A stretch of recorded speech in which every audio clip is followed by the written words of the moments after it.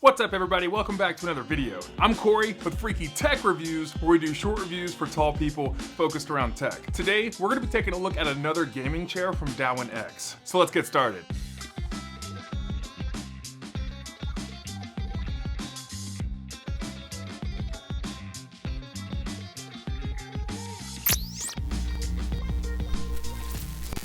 Before we get started today, let me give a big shout out to Debbie, who just became the newest patron over on the Freaky Tall Reviews Patreon. I use the Patreon funds to save up for new items to review, and Debbie's contribution is gonna help a lot with that. If you're interested in learning more about the Freaky Tall Reviews Patreon, then check the link in the description below. Okay, so Dowinx reached out to me on Instagram to see if I'd be interested in reviewing one of their chairs. I started looking into their chairs to see if it's actually worth checking out, because I wasn't so sure from a big and tall perspective if it really made sense. I expressed my concerns, but the Dowinx representative did say that they were pretty confident in their product. So I said, you know what, there's probably other big and tall people out there considering this chair, so let's take a look at it and see if it's worth it as a big and tall person. This is an extremely budget-friendly chair, and you can find it for anywhere around $200 to about $240. I do have the link to the chair in the description below if you're interested in checking it out for yourself. But today, we're gonna be taking a look at how does it fit for a big and tall person from an ergonomic standpoint, an overall fit standpoint, and how does it deal with someone who actually exceeds the weight capacity. I stand 6 foot 10 inches, and right now I'm 370 pounds, so I definitely understand the big and tall worlds. And while the maximum weight capacity on this chair is 350 pounds,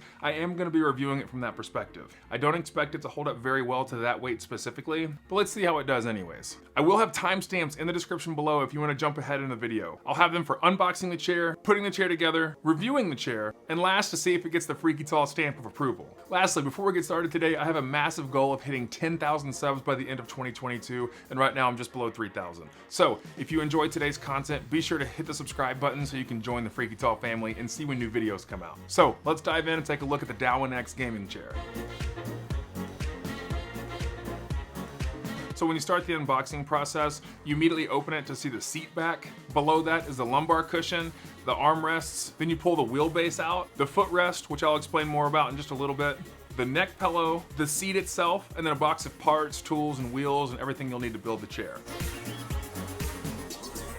Building this chair is actually very, very simple. It's just like any other office or gaming chair that you'll put together. First, you install the base and tilt mechanism to the bottom of the seat. Then you add the brackets for the footrest. After that, you grab the backrest and add the neck pillow with the bungee straps. Then you grab the wheelbase and pop the caster wheels into it, and then set the piston on the wheelbase, and then put the seat on top of that. Next, you'll slide the backrest down onto the brackets and bolt them in place, and then you install the armrests, and you're done.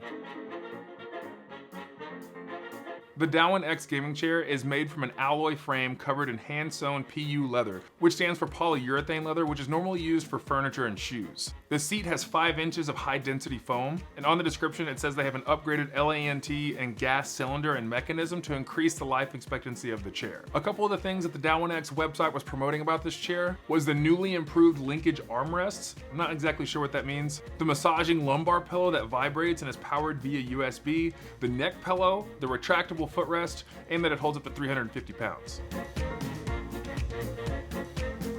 Quick note, like I said earlier, I do know that I am above the maximum weight capacity of this chair, so there's gonna be some flexing and stuff that it does that makes it feel like it's not that sturdy. But again, it's not really meant for my weight. I will say right off the bat, this chair sits really, really low. As you've seen from my past videos, I like to add 3-inch caster wheels to all of my chairs. This chair would be no exception, as it comes with 2-inch caster wheels. Even with the 3-inch caster wheels that I like to put on all my chairs, I still don't know if that extra inch is gonna be enough height for a taller person. One thing I noticed as soon as I sat down is how narrow the seat feels. Now, sitting between the armrests, not so bad. There is a lot of room between the armrests, even though it does feel a little snug for someone my size. But because I weigh so much, I can feel the seat supports in the seat base. And what it feels like is that there's 2 metal bars sitting right inside of my hip line. The backrest itself, from my size back, is not wide enough or tall enough. When I lean all the way back into it, the top of the backrest does not go past my neck, so I don't really have a lot of head support. And whenever I try to use the neck pillow, it's locked in by the bungee straps, and so I have to stretch it to get it to the point where I can rest my neck on it, and then if you move, it doesn't stay in place. So from a backrest perspective, it's very small on a very large frame. The reclining mechanism does go completely flat. I don't see that with a ton of gaming chairs, and I would never really sit like this or take a nap in a chair chair, even if it was completely perfect for my size. But I went ahead and tested it out anyways to see what it felt like whenever I'm laying flat on it. While it's not so bad laying like that on this chair,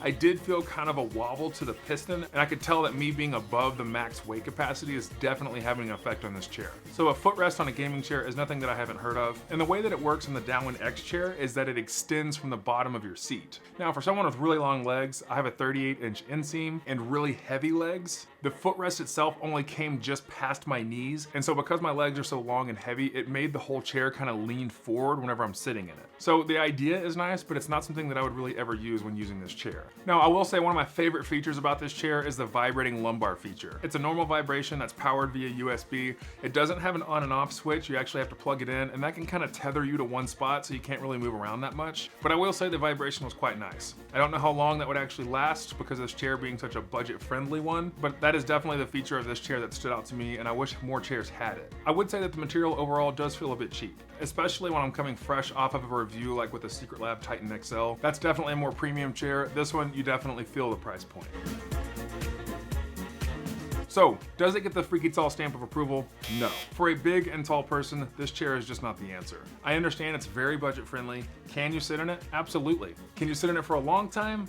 I couldn't. In my testing with this chair, I did sit in it for about an hour and a half, and that was about the max that I could stand it. It starts hurting the hips a little bit for me just because I'm pressing down so hard on those bars in the seat, and that was the part that really bothered me the most. Now, I'm gonna say again, I am above the max weight capacity, so of course I'm gonna feel that. So if you're well below 350, I would say if you're below 300, this chair will be pretty solid for you. From a height perspective, it doesn't really fit the build for a taller person, but I think this chair is great if you have a budget in mind and you're a normal sized person, which most of the people in this world are not big and tall. So for the majority of folks, this chair is great. But if you're a big and tall person, I would recommend either increasing your budget or continuing your search. And that's it, everybody. That's a quick review on the Dowinx Gaming Chair. I really appreciate Dowinx sending me this chair over. They did provide it for me to review. However, my thoughts are my own and how I actually feel. If you've made it this far into the video, please consider subscribing. I've said it a couple times this year, but I'm trying to hit 10,000 subscribers by the end of 2022. It's a very big goal. I'm just under 3,000 right now, and your contribution will be extremely helpful in helping the Freaky Tall family grow.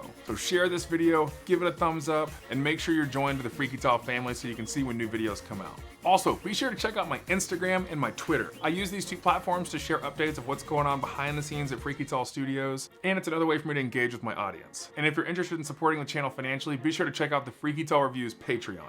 Like I said earlier, I use the funds from Patreon to save up for more expensive products that I can bring to the channel. And if you want to see me review specific products, be sure to help me out financially so I can save towards them. As always, it's been an absolute pleasure having you here, and I greatly appreciate your time. Again, I'm Corey with Freaky Tech Reviews. We'll see you next time.